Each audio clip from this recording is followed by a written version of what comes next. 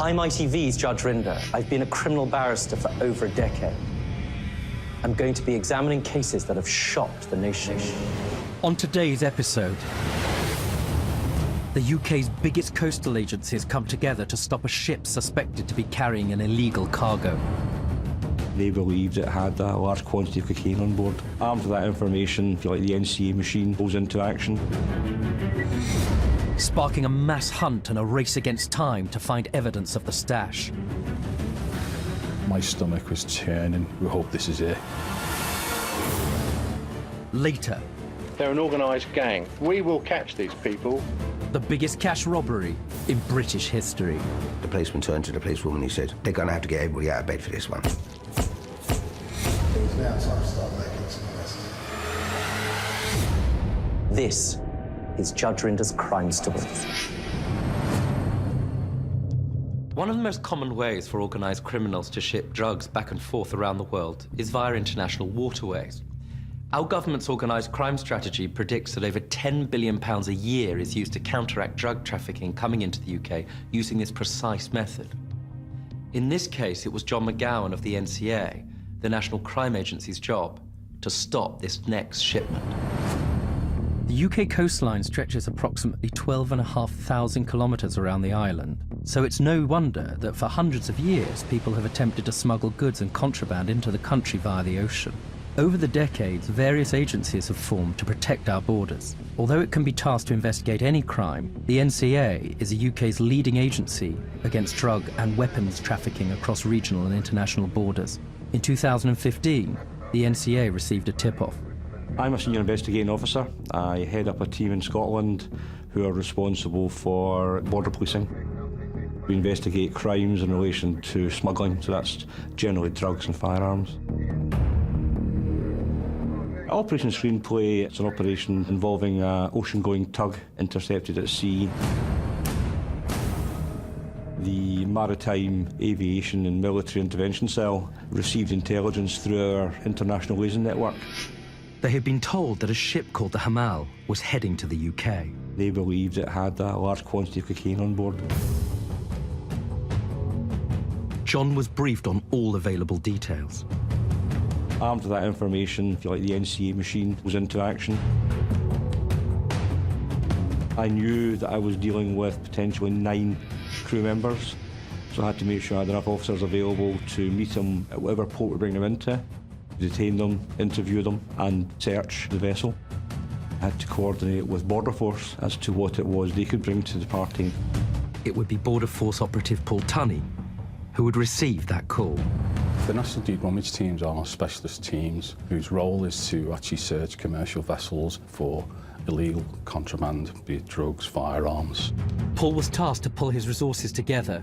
Once the agencies had located the vessel, he would work alongside the NCA to find whatever was on that ship. I got a call from our National Maritime Information Centre. Could I have a team deployed in 2 to 3 hours' time? With the rummage team now on standby, the NCA set their plans into motion. But finding a boat in the middle of the Atlantic Ocean would be the first of many obstacles. The initial problem is that the crew on the boat have turned off all their navigational equipment.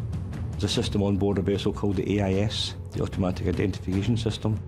That system allows ships to be tracked by satellite. You can see where they are in the world, where they're heading. So it was gone. We didn't know where it was. Having all the resources at his disposal, John and his team scoured all known shipping routes along the west of the UK. Using only a single photograph of the vessel and the last known coordinates given from French customs. It was like searching for a needle in a haystack.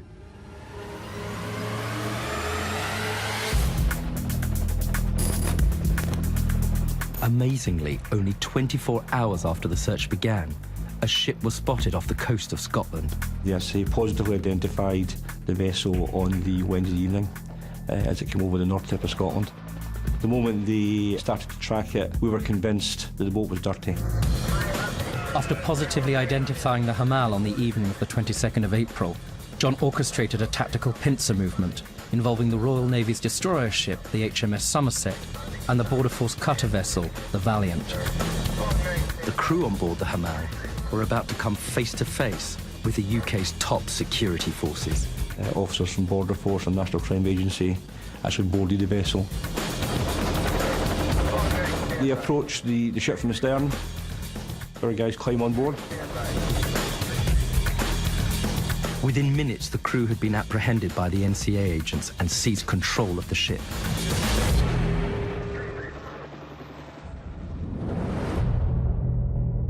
The crew were not formally arrested until they reached UK waters.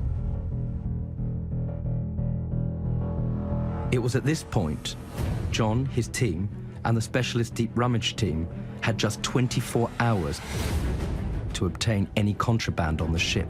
If the teams failed, the crew would be set free and could potentially sail away with anything on board. The clock was ticking. I had until 2300 hours, Friday the 26th, to either arrest and charge these people with the offence or release them.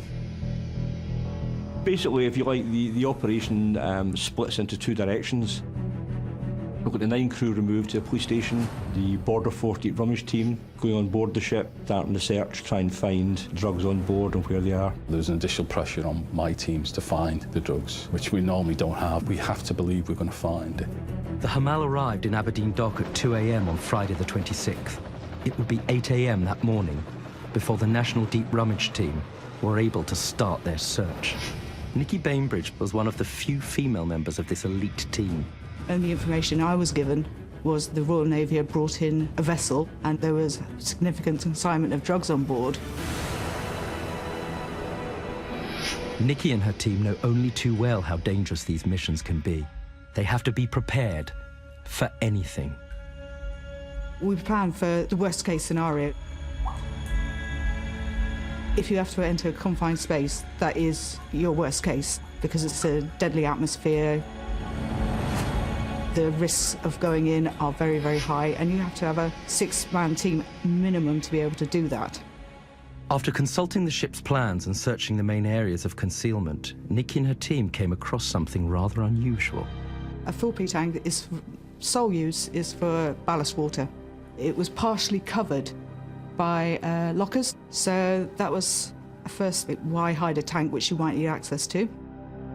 This would be a find that would inevitably cost them precious time, as a custody clock continued to count down. When we opened it up, very potent smell of diesel oil came out. A mix of fuel and water is never in any tank. We couldn't pump the tank into the dock at Aberdeen Harbour because we would have caused an environmental accident. The only option we had was to bring a road tanker in who would then be able to empty it for us. Meanwhile, at the police station in Aberdeen, under the supervision of John McGowan, NCA officers were trying to get the confessions they so desperately needed. The difficulty for us, of course, is we're interviewing 9 crew members who are not English speakers, they're Turkish nationals, so we have to organise interpreters, solicitors for them. It's a slow process. And we're also interviewing them, if you like, in a vacuum, because at that point there's no drugs been found. So we're asking them questions about a crime which may or may not have been committed at that point. I was constantly watching the clock. As I was dealing with the guys from my team, the Border Force team, with no update, no drugs found yet. By the time it came to about 7, 8 p.m, I was sweating a bit, yeah.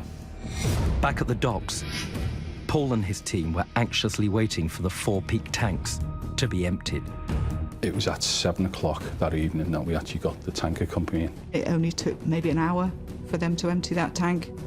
With the tank now empty, the team started searching and found something unusual. On the bottom of the tank, you could see a welded plate, and it was a fresh weld. What was behind the steel plate? Could it be the evidence they needed? It was crucial that the officers found out. To get that plate off was going to take a lot of work. It was decided at that point we would drill it first. What is behind that metal plate? What we don't want to do is drill into a fuel tank. With the custody clock reaching its final moments, the team had no choice but to drill. After spending over 12 hours on the Hamal, and with the risk of drilling into the fuel tank, the team had no other choice than to take the ultimate step of finding out what was behind the fresh piece of steel. After the break, What lies behind the steel plate? My stomach was churning, saying, we hope this is it. Whatever it was, it would make or break the investigation. I just had a phone call from the guys in the police station to say that it was them starting the process of terminating the criminal detention.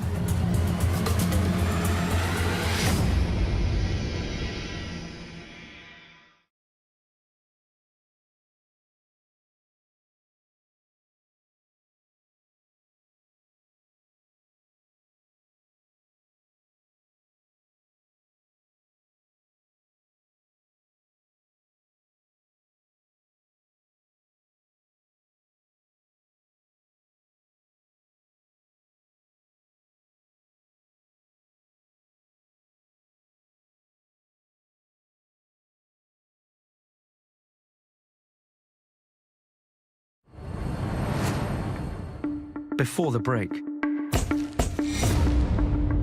a massive hoard of cocaine was rumoured to be on board a ship off the coast of Scotland. Operation Screenplay was put into action. Against all the odds, a ship was found and the crew arrested. The National Deep Rummage Team and the NCA only had 24 hours to find the contraband before the suspected smugglers would have to be set free. We left the clock with only a few hours remaining. The Deep Rummage Team had come across a fresh piece of steel at the front of a tank. Unsure of what was behind it, they started to drill through the metal plate. My stomach was churning, saying, we hope this is it. We got a drill, and I think it took a good few hours. Because it was such a good piece of steel, it took that long to drill through. Once we got through it and pulled out the drill bit, you could see white powder on the end. This was the moment that everyone had been waiting for. Nikki and her colleagues had struck gold. After initial testing of the powder on site, it was confirmed to them that it was high-quality cocaine. With a custody clock reaching its final moments, Paul delivered the news to John. I just had a phone call from the guys in the police station to say that it was them starting the process of terminating the criminal detention. So I just hung up the phone from that. When the phone rang again, we found drugs, a drill into a bulkhead, and it's come back with powder on it. Good news, good feeling. John instructed his officers to arrest the 9 crew under drug trafficking charges. Whilst at the dock, the National Deep Rummaging Team was celebrating their success. So it was really in the nick of time. The team, everyone was just jumped about. All you could hear was a big cry going up. The ship was shut down overnight, so the team were allowed to go and get some well-deserved rest. Over the coming days, a steel plate that concealed the cocaine from sight was forced open. The Deep Rummage Team were finally able to start collecting the evidence. Eventually, the steel plate came off, and you could see there was a fair amount of bales in there. You pulled that first one out, and it was very difficult to get anything else out. This can't be right, because you could see there was more bales behind it, so how anyone could fill it from that hole, it just wouldn't have worked. There's got to be another access point. Using her knowledge of the ship's plans, Nikki went upstairs and searched the areas that were above the tank. In particular, 2 cabins. Part of our training is to look for something that looks different. In the corner, there was a very, very large wooden medical locker.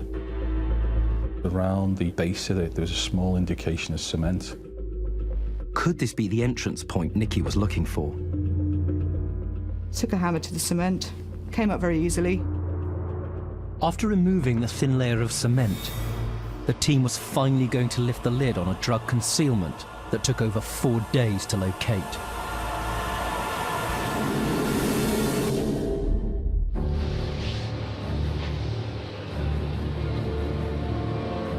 Heart pumping, yes, this is definitely the way in. You could see all the bales right down the side. Not until you start getting the bales out, that's when we knew this was big. Over the next 3 days, they painstakingly transferred the heavy bales from the tank. I was told on the Tuesday that they got to the last bales, 128 bales, 25 kilos each. So that was 3.2 tonnes. At that time, I was told it was probably the biggest maritime seizure in Europe. There was such a vast quantity of cocaine removed from the tank that a crane had to be hired by the NCA to help move the drugs to a secure location. Operation Screenplay was a success, and at the time was being dubbed as Europe's biggest ever maritime drug bust. The UK security forces had got the job done. It was now time for the NCA to start phase 2 of the operation. Pauline Henderson, a specialist prosecution lawyer, was tasked with the enormous responsibility of bringing these criminals to justice. What was difficult in this case was proving that the 9 men on the boat knew it was there, because it was concealed in a void, was cemented over, so inevitably their position's going to be not my responsibility, didn't know it was there. Pauline had to rely on more than just the obvious in this case. Investigators turned to the ship's logs. If they could prove that the men in custody had falsified the reports, this would go some way to proving knowledge of the illegal activities on board. So we instructed handwriting analysis, and to do that we compared their passport signatures, we compared their signatures on their detention forms, and we were able to establish that indeed the 3 men on the bridge signed those false records. We were also carrying out forensic analysis of the phones, forensic analysis of a laptop that was found on the vessel, and that laptop was found to have recorded on an hourly basis. When it was switched on, it was recording its own position. Although the crew thought they were sailing under the radar by turning off the AIS, the laptop they used tracked their every move. That gave us 1,400 plot positions for the vessel. But where was the Hamal heading? A communications expert was brought in to analyse any messages received or sent by the ship. There was a communications going from the vessel to the parent company, if you like, and within that was a coded message about the rendezvous point. And we discovered within the evidence the key to that cipher. We instructed a maths professor to look at it, and he gave his expert opinion that indeed this was a cipher to allow a coded message.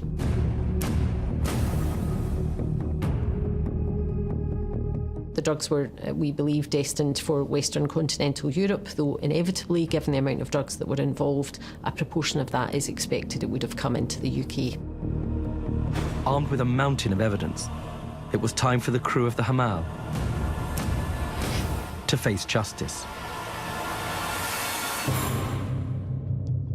On the 25th of April 2016, all the men would stand trial. With what promised to be nothing short of a blockbuster storyline, the jury sat silently in anticipation. The first thing we did was show the jury the boarding of the vessel, and they actually saw footage of that. The jury's view of the case was not just restricted to looking at images. They were brought even closer to the reality of the crime when the prosecution brought the entire cocaine haul into court. The cocaine itself was too heavy for the courtroom, so the drugs were piled up in the atrium, and the jury were brought out along with the witness, the judge, members of the press, and they got to see the drugs there. It was a major operation. It involved, say, firearms support from Police Scotland, physical barriers up, and the judge actually imposed a reporting order until 9 p.m. that night. 3.2 tonnes of cocaine was the largest seizure of a Class A drug in UK history. That's very hard to imagine for somebody who's never seen drugs in any scale, and for any of us to just see that level of material altogether was hugely important. The prosecution had brought forward piece after piece of evidence, calling forward 69 separate witnesses. Maritime experts were brought in to discuss the laptop. Professors gave evidence on the secret cipher, and forensic analysts gave comment on the drugs. On the 11th of July 2016, the trial had come to an end.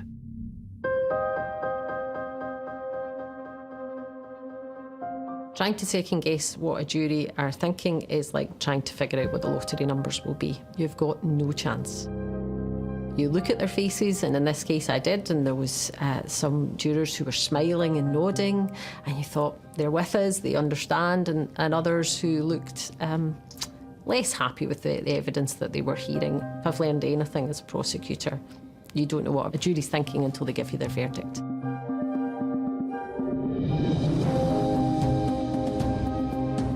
Had the NCA, Pauline and the prosecution team done enough?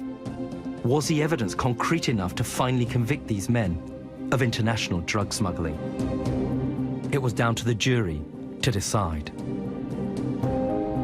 They spent the next agonizing few hours deliberating the evidence. Evidence that took 14 months of hard work and hundreds of man-hours to amass.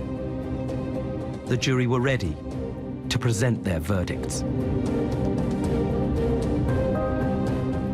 I will not forget for a long time being in the court. As the verdicts came out, it was not proven, not proven, not proven. And at that point, your heart starts to slow, or close to stopping, and think 14 months of work, and this is going to end with everyone being acquitted. 7 crew members had been acquitted of all wrongdoing. Only 2 men were left in the dock. The last 2 accused were found guilty, and I think I started breathing again at that point. That was the only point at which I have to say I was concerned. The 2 men found guilty were the ship's captain, Moomin Shaheen, and his first officer, Emin Osman. The 2 crew members were sentenced to 22 years and 20 years respectively, and will serve their time behind bars in the UK. We're satisfied the jury convicted the 2 major players on board the vessel. This 3.2 tonnes cut down to street level would have netted £512 million. So that's £500 million. When that gets cut into street purity, you're probably bulking that up by a factor of 4. So your 3.2 tonnes comes in over 12 tonnes. And once you look at that and the impact it could have on society, that's when you have a great sense of pride and a great sense of achievement that we've stopped that amount of drugs getting on the street. You found it. It's off the streets. Many people's lives may have been saved by that. Investigations are ongoing into the wider organisation that created this transaction or this journey. The investigation's not over, and the efforts of all of the agencies, if they've got a role, will continue. Drug smuggling is not a victimless crime. Without our national security organisations keeping our land, sea and air safe from both national and international threats, Emin Osman and Moomin Shaheen would have potentially been able to offload over £500 million worth of cocaine into the criminal underworlds of mainland Europe and the UK. That would have lined the pockets of people who benefit from the addiction of others. After the break, They're an organised gang. We will catch these people. The policeman turned to the policewoman and he said, they're going to have to get everybody out of bed for this one. It was now time to start making some arrests. but who were the men, and how would the police catch them?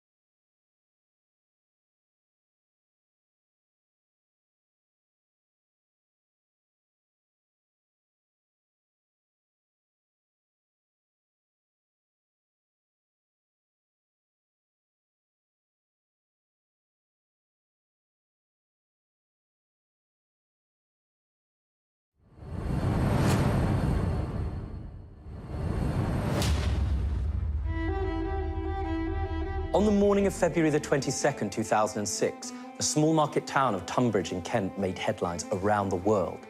News broke of the biggest cash robbery in British history. £53 million had been stolen. But how exactly did such an audacious crime take place? More than 6 months before the heist, a gang of robbers had already chosen their target.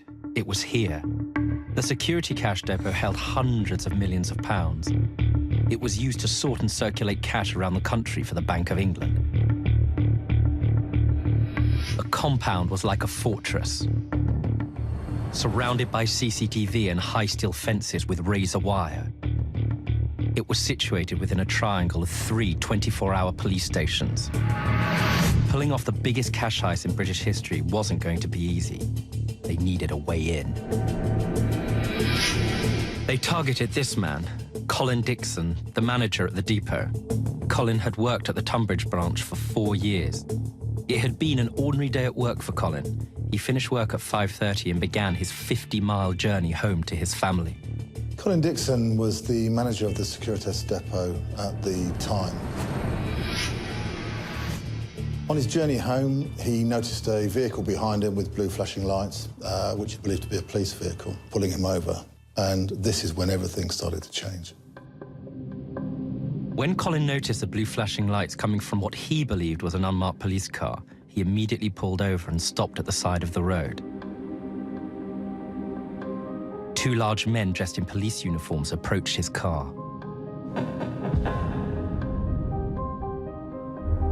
Colin Dixon has requested to remain anonymous in this interview. He told me to switch off the engine, leave the keys in the car, and started opening my door. He asked me to get into the police car, which was immediately behind. The bogus cops claimed he'd been speeding and that they were driving him to the local police station. Colin was handcuffed and thrown into the back of the car. We pulled into a country lane, and it was there where the driver said, "Well, you're realising now that we're not police officers. Just do what you're told and you won't get hurt." At this time, the handcuffs were really making my wrist sore, and I was moving my wrist to try and get them comfortable. And the person next to me pulled a handgun, and he said, "This is a 9mm. This is to show we're not mucking about." They drove at high speed before screeching next to a white van that was waiting in the darkness. In the dead of night, Colin was pulled from the car and bundled into the back of the van. Colin was terrified as he was driven deep into the Kent countryside. His thoughts turned to his wife and child. He began questioning if he'd ever see them again and what the kidnappers wanted with him. I was blindfolded, my legs were tied together, and I was still handcuffed. I got no idea what was going on. Well, I had an idea, I suppose, that it was a robbery was going to happen, and I was going to have to be part of it.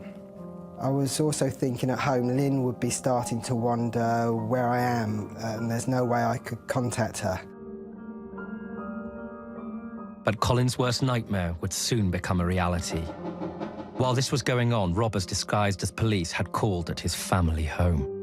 2 men, also dressed as police officers, had attended his home address to speak to his wife. On their arrival there, they informed Mrs. Dixon that her husband had been involved in a car crash, hence the reason he wasn't home on time, and that they had come to take her to him.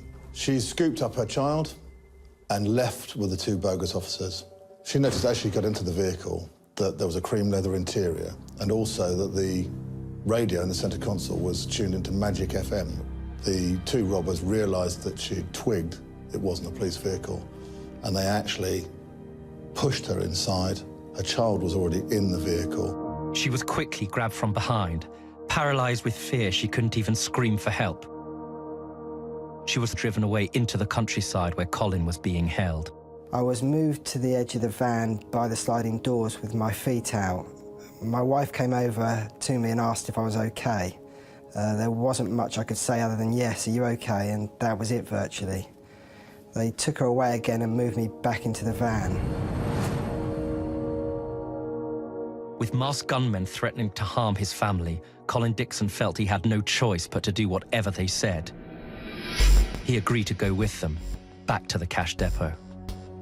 When we got close to the centre, I could really feel my heart beating, pumping at that time, thinking, what happens if things go right? What happens if things go wrong? I still don't know where my family are, but if I can trust these people, bearing in mind that they're criminals, obviously, that they've got my family away from me, what would happen? Would they keep to their word and release them? Colin helped the gunmen, some wearing balaclavas and others wearing fake beards and makeup, work their way through the security until they were in the main cash office. Shift supervisor that night was Alan Thomas. The day the incident started like any other day, really. I noticed Colin walking through the door with what I thought was at the time was 3 policemen. I thought it might have been some kind of security test or something that was going on. Colin just looked at me and he said, "I'm sorry, Alan," and I really didn't know what he meant until one of these policemen was standing in front of me, pointed a handgun at me like this. And he went, "Get down, get down." The guy behind him, he had a pump-action shotgun. So I had to walk around the back of my desk towards this guy, get on the floor, and he tied my hands behind my back with a cable tie. So I said to the guy in the control room, "Look, they've got my family, just do what you're told." And the gun was brandished and he was tied up, then forced to let in the car and the other robbers into the building. From there, it was very alarming and frightening. I wanted my staff to be safe. I wanted my staff not to do anything silly that might put my family at risk. Because at that time, I knew the car that we were in had arrived. My family could be anywhere. I just didn't know.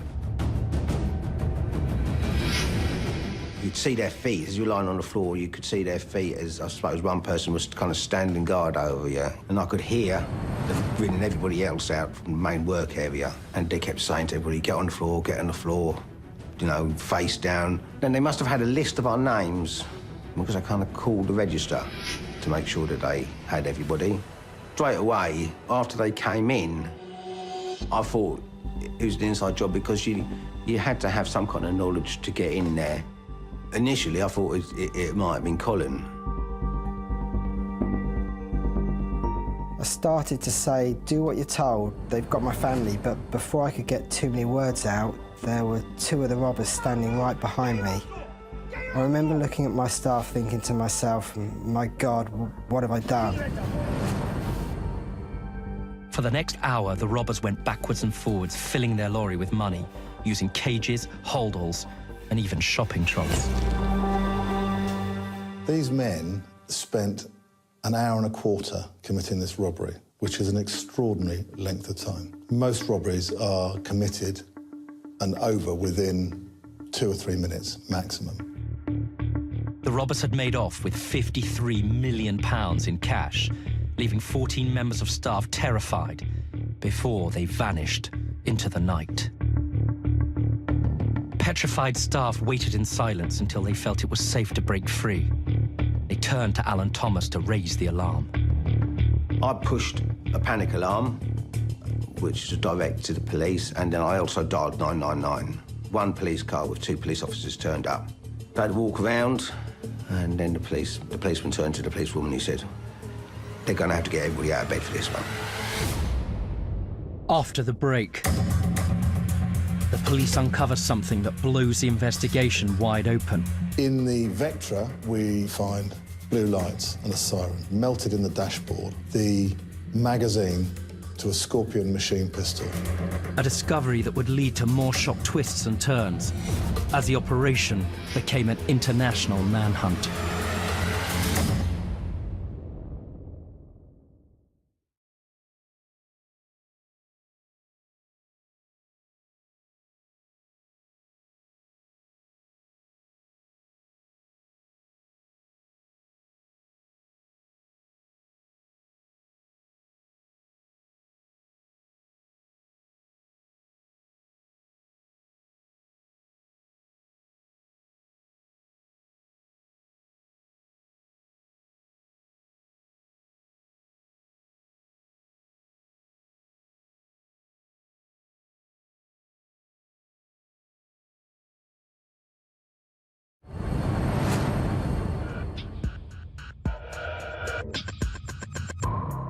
In the early hours of February the 22nd, 2006, a gang of armed robbers pulled off the biggest robbery in British history. They were on the run with £53 million in cash.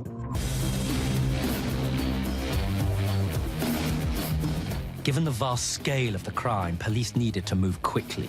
These are callous criminals, they're professional criminals, they're an organised gang. We will catch these people.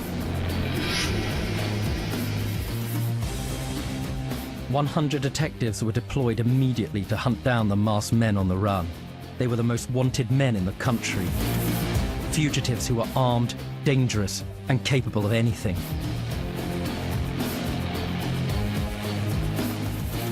Just 24 hours after the heist took place, police raided a house in South London. They'd been given a tip-off that the tenant, a 27-year-old woman, had helped disguise members of the gang. Her flat was searched. In that search, we recovered many items, but one of the crucial pieces of evidence we seized was her wheelie bin. In that, we discovered at the bottom 2 black bin liners, and within those, we found pieces of latex, makeup pads, false noses, eyebrows, false hair, all you would need to make up anybody professionally. But who were the men behind the masks? The woman wasn't telling. She said she had no idea that the men were planning to commit a robbery. She feared for her life if she revealed their names. But the police were about to make another breakthrough. The gang had made a series of basic errors in the hours leading up to the robbery. The fire brigade ring the police to say, I think you want to come and have a look at this. They abandoned some of the getaway vehicles and set fire to the ones used to kidnap Colin Dixon and his family in the hope that they would destroy all evidence linking them to the crime. They were wrong. These 2 vehicles are a Vectra, a maroon Vectra, and a silver Volvo, which we know are the right type and colours of vehicles that have been used by the offenders in the robbery. In the Vectra, we find blue lights and a siren that have been fitted. They're burnt out, but they're clearly in there. And also in one of the vehicles, we find melted in the dashboard the magazine to a Scorpion machine pistol. Another of the vehicles found that day was a red van that had been used to kidnap and transport Colin Dixon. The red van had been disguised as a parcel force delivery vehicle and could be linked to local car dealer Stuart Royal. The link was there. We had the red van and the Vectra both being purchased using Stuart Royal's business address. Detectives now had their first prime suspect. The next day, the discovery of yet another vehicle involved in the robbery put 2 other names in the frame. At lunchtime in the car park of the Ashford International Hotel, this white Ford Transit van.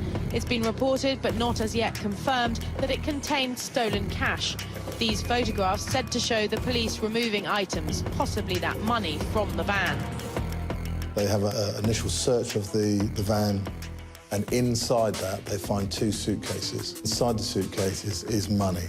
The money turns out to be £1,370,000. In the bag is a bulletproof vest, along with the balaclava and the Scorpion machine pistol. And we get the DNA of Lee Rusher from the mouth hole of the balaclava. Lee Rusher was known as a local drug dealer and hard man with previous convictions for violence. His friend, Jetmir Butch Papa, an Albanian immigrant, was known by those who knew him as having a strong South African accent. Both did casual work for car dealer Stuart Royal. Jetmir Butch Papa is Albanian, and everybody that's met him, socially or officially, has described him as having a South African accent. Mrs. Dixon describes in her witness statement that the man who held her hostage was a large man with a South African accent. We now have Lee Rusher linked by DNA to this money and to the Scorpion machine pistol, the balaclava, the bulletproof vest, and his closest mate is Jetmir Butch Papa. So we have 2 names, and now we want to look for these 2 men. In the early hours of Saturday, 25th of February 2006, police quietly surrounded the home of Russia and Butch Papa. Police say the net is closing in and it's been dramatic. It's an armed raid in a quiet residential street in Tunbridge Wells. But no one was at home. But what police did find was hand-drawn maps and plans of the depot, along with pump-action shotgun shells. Predominantly in the Southborough address, we find a plethora of evidence, enough to put Lee Russia and Jetmir Butch Papa firmly in the frame for this robbery. By the end of Monday the 27th, February 2006, some 4.5 days after the robbery, Russia, Butch Papa and Royal were in custody.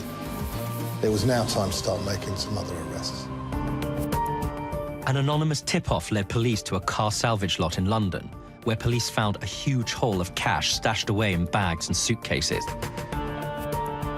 The owner of the salvage lot, a close associate of Lee Russia, and the fourth member of the gang to be arrested, Roger Coutts. Police soon established that Roger Coutts was close friends with two prime suspects. Two names that had come up from the start of the investigation who were known to police. Britain's most wanted men were now Paul Allen and Lee Murray. Lee Murray was a world-famous cage fighter, and Paul Allen was his right-hand man. Police discovered they'd fled the country and were hiding out in Morocco. It was now an international manhunt. On the 25th of June 2007, in an upmarket shopping mall, Murray and Allen were arrested by Moroccan authorities.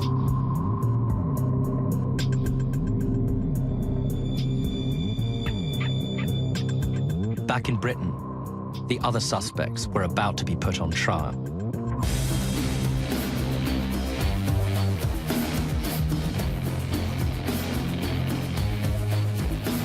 In June 2007, less than 18 months after the robbery, the trial began at the Old Bailey. Security was tight, with armed police surrounding the area. The public poured into the street to catch a glimpse of those responsible for the biggest cash heist in British history.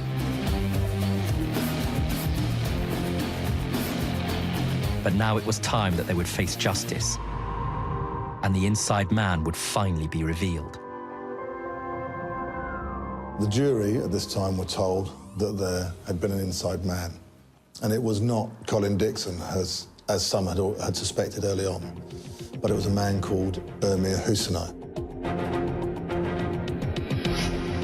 Colin Dixon could now clear his name of any involvement in the robbery. Emir Husseini was a clerk at the depot and was given his job and interviewed by Alan Thomas. I gave Emir his job. I interviewed Emir and I gave him his job. I sat there, I thought, you were a nice guy, I'm going to give you a job, I'm going to give you a break here. And then he turns around and repays that by putting people, in fear of their lives. Who do you trust after that? Like something out of a James Bond film, Husseini, who was an old friend of Jetmir Butch Papa, had a special belt made that was equipped with a state-of-the-art covert camera. This is the actual CCTV footage of Husseini secretly filming the layout of the depot from the camera hidden in his belt.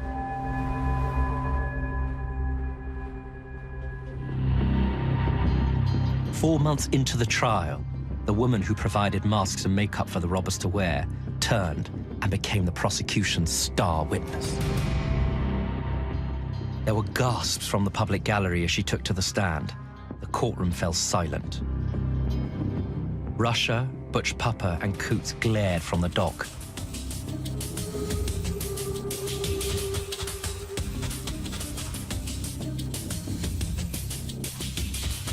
In exchange for her evidence, all charges against her were dropped.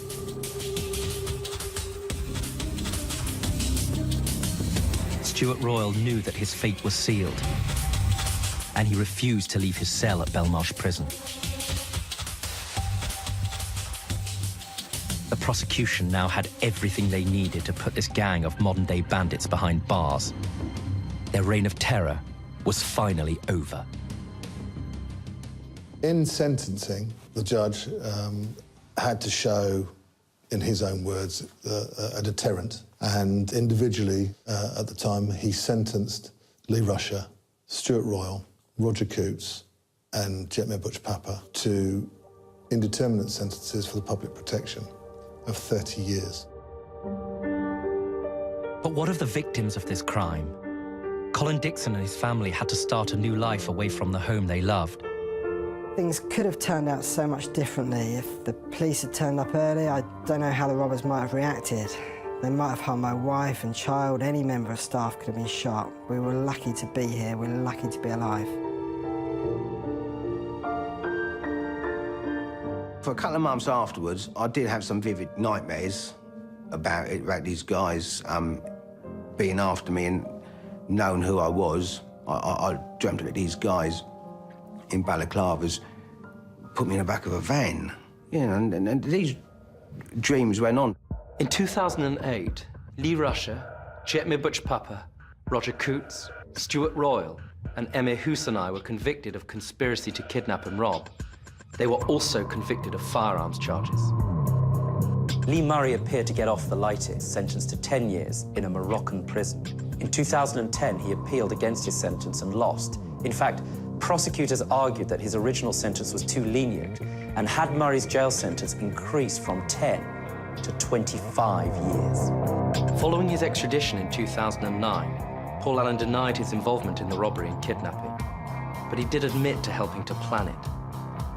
He was sentenced to a minimum of 18 years imprisonment, and in 2016, he was released. Do you have a case to bring to my court? On Judge Rinder, there's a chance for you to have your legal case heard. Does someone owe you money? Are you desperate for a debt to be repaid? Let me settle your dispute and get you the justice you so richly deserve. If you are 18 or over and would like to be considered for the show, text the word judge plus your name to 63334. Text costs 25 pence plus one standard network rate message. Or call 090 1122 3344. Calls cost 25 pence plus your network access charge. Or email judge@itv.com. Please note we are unable to consider claims that have been or are currently in court.